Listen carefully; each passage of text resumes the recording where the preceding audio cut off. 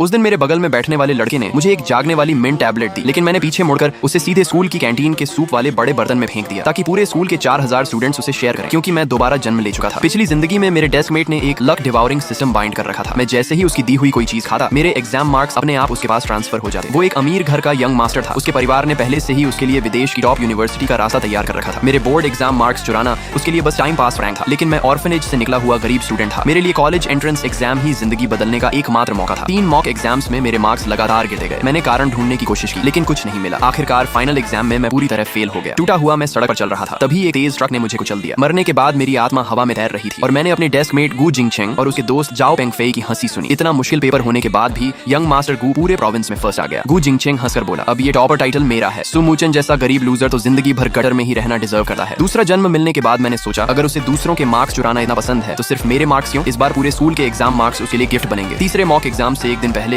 मैं कई दिनों से लगातार पढ़ाई करने की वजह से तेज फीवर में था। मैं डेस्क पर सिर रखे कांप रहा था। तभी अचानक मेरे सामने एक एनर्जी कॉफी बढ़ाई गई। सुमुचन, जल्दी ये कॉफी पी लो ताकि एनर्जी आ जाए। मैंने सिर उठाया और गू जिंगचेन की आंखों में देखा। पिछली जिंदगी में इसी कॉफी की वजह से उसने मेरे साइंस टॉपर मार्क्स चुरा लिए थे। मैंने इंस्टिंक्टिवली उसे हटाना चाहा, लेकिन आसपास के स्टूडेंट्स इकट्ठा हो गए। यंग मास्टर गू कितना जनरस है, अपने डेस्कमेट के लिए कॉफी तक लाया। हाँ, सुमुचन जैसा गरीब स्टूडेंट तो स्कूल डॉक्टर के पास भी नहीं जा सका। बीमार होने पर उसका कोई ख्याल नहीं रखा। अच्छा हुआ वो गू शाओ का डेस्कमेट है। ये बातें सुनकर गू जिंगचेन की मुस्कान और चौड़ी हो गई। उसने कॉफी खोली और बोला, ये स्पेशल कॉफी मेरे डैड विदेश के वाइनरी से लाए हैं, चाइना में नहीं मिलती। मुझे याद आया, इसी मॉक एग्जाम से मेरी जिंदगी बदल गई थी। मैं ऑर्फनेज में पला था। लोगों की मदद और स्कॉलरशिप की वजह से इस रिच प्राइवेट स्कूल में पढ़ पा रहा था। मेरे जैसे गरीब इंसान के लिए बोर्ड एग्जाम ही डेस्टिनी बदलने का रास्ता था। ग्रेड 12 से पहले तक मैं हमेशा टॉप 3 में रहता था और इंपीरियल यूनिवर्सिटी में एडमिशन लगभग पक्का था। मैं दिन रात मेहनत करता था ताकि इस समर मुझे जिंदगी बदलने वाला एडमिशन लेटर मिल सके। लेकिन तीसरे मॉक एग्जाम के बाद मेरे मार्क्स अचानक गिर गए। सबसे डरावनी बात यह थी कि आंसर शीट पर गलत आंसर सच में मेरी हैंडराइटिंग में थे और एग्जाम हॉल सीसीटीवी में साफ दिख रहा था कि मैं सिर्फ आधे घंटे में पेपर देकर बाहर चला गया। लेकिन मुझे याद था कि मैंने हर सवाल ध्यान से सॉल्व किया था और आखिरी सेकंड तक चेकिंग की थी। टीचर्स और स्टूडेंट्स सब गवाही दे रहे थे कि उन्होंने मुझे जल्दी पेपर सबमिट करते देखा। मेरी मेमोरी और रियलिटी के बीच डरावना फर्क पैदा हो गया था। मैंने बार बार कंप्लेंट की, लेकिन कुछ नहीं बदला। धीरे धीरे टीचर्स मुझे सिंपैथी से देखने लगे और पुलिस ने भी इशारों में कहा कि शायद ज्यादा प्रेशर की वजह से मुझे हेलुसिनेशन हो रहा है। मरने के बाद ही मुझे पता चला कि ये सब मेरे डेस्कमेट के लक डिवाउरिंग सिस्टम की वजह से था। अपने चोरी हुए मार्क्स याद करके